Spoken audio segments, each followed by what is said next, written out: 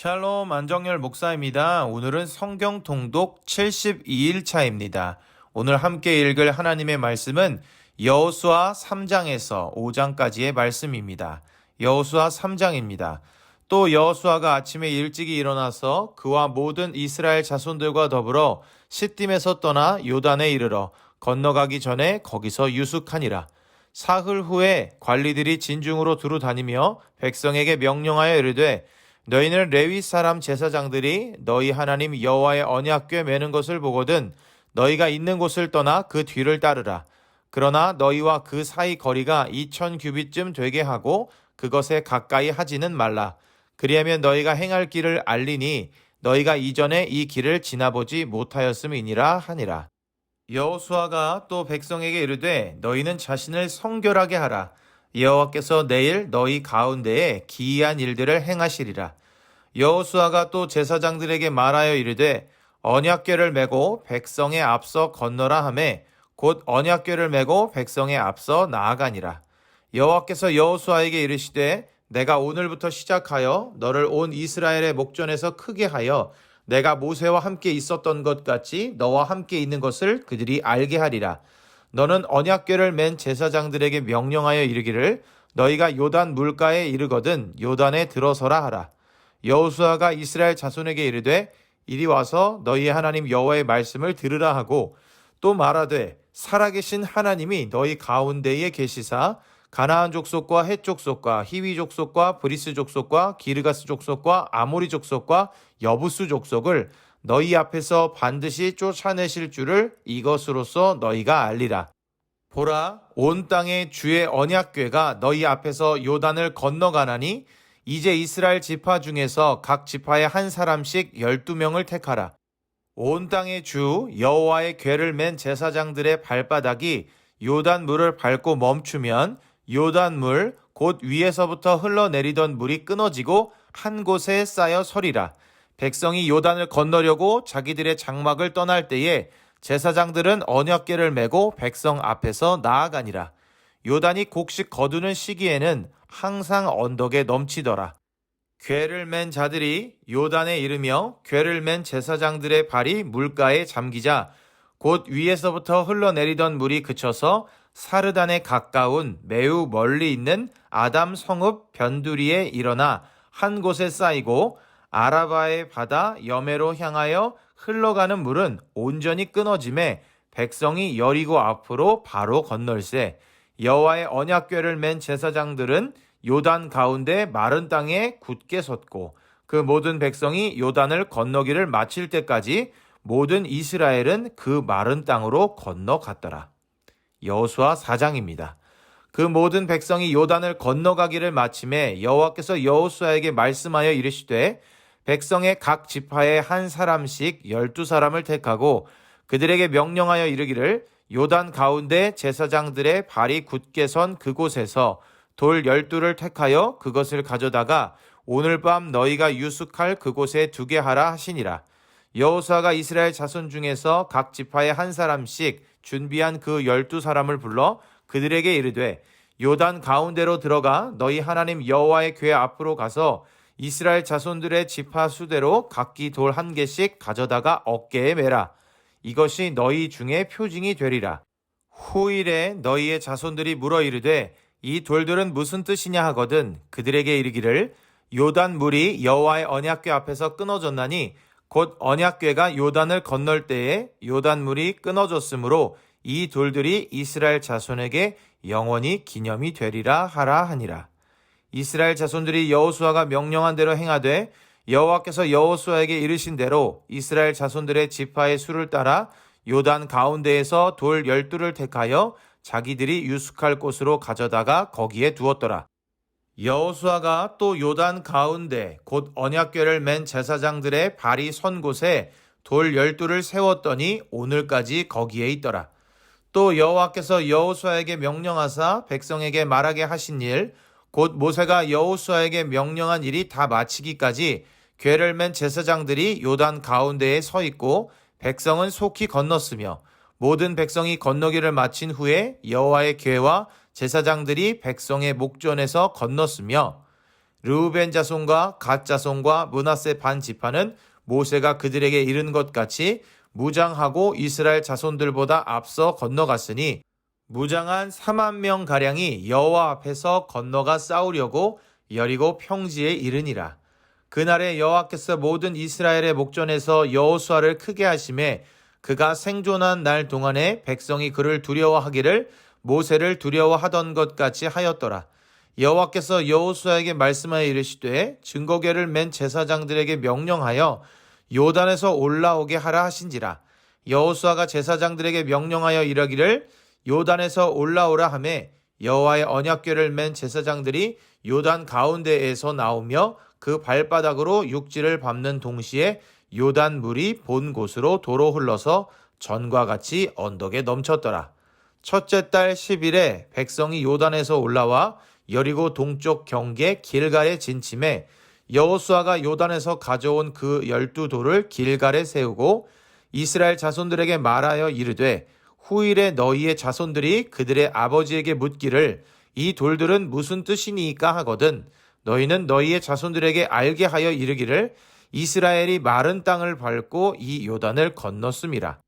너희의 하나님 여호와께서 요단물을 너희 앞에서 마르게 하사 너희를 건너게 하신 것이 너희 하나님 여호와께서 우리 앞에 홍해를 말리시고 우리를 건너게 하심과 같았나니 이는 땅의 모든 백성에게 여호와의 손이 강하신 것을 알게 하며 너희가 너희의 하나님 여호와를 항상 경외하게 하려 하심이라 하라.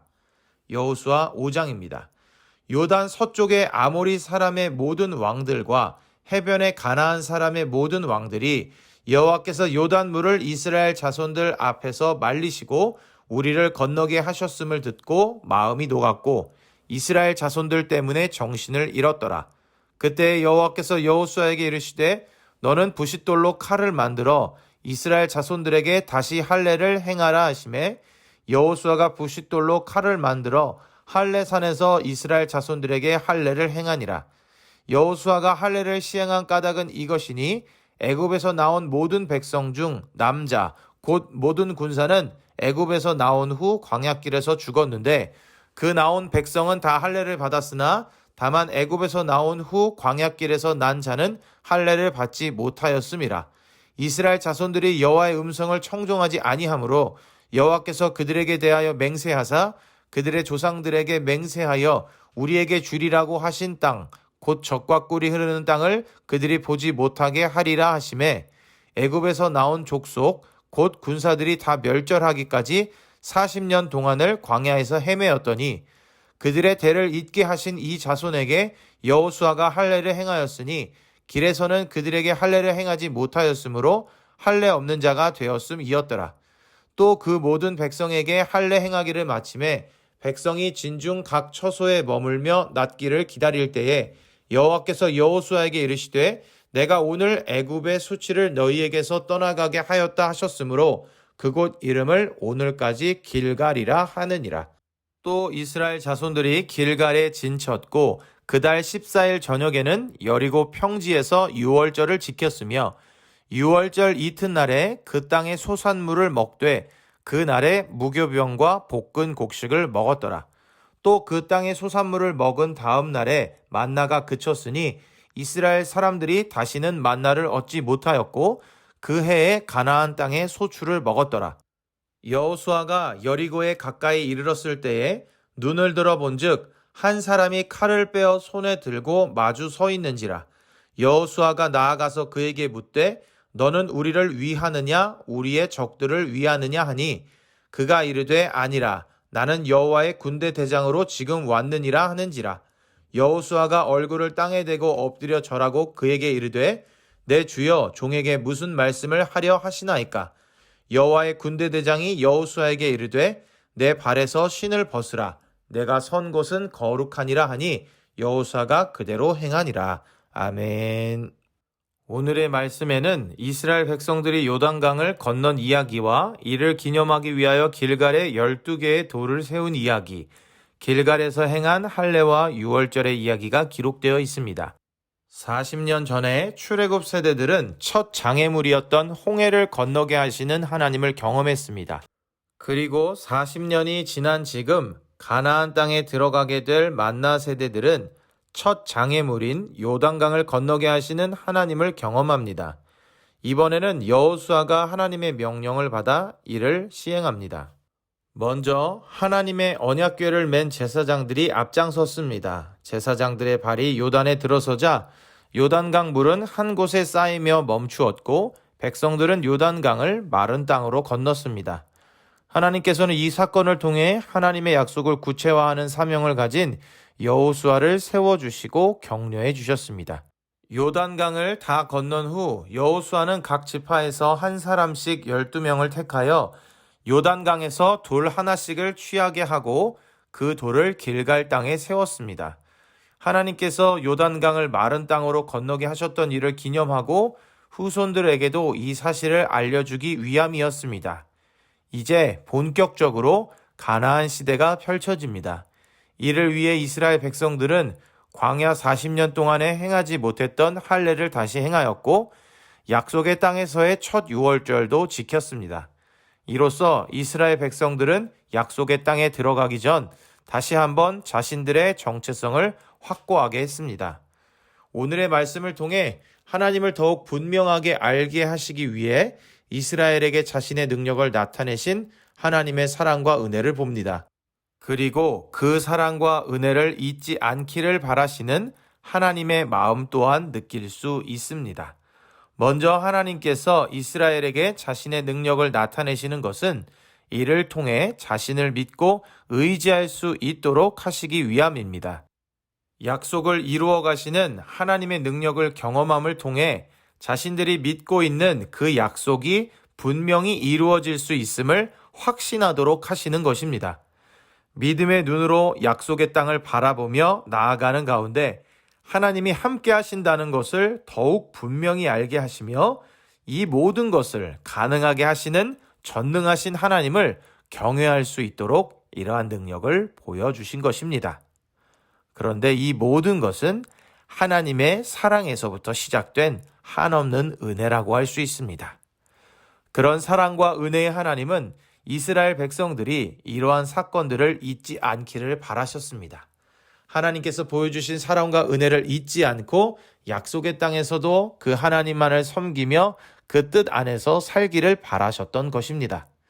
그리고 하나님께서는 이스라엘 백성들에게 약속의 자손으로서의 징표를 다시금 새기도록 하셨습니다. 이들이 분명한 정체성을 몸에 새기길 원하셨던 것입니다.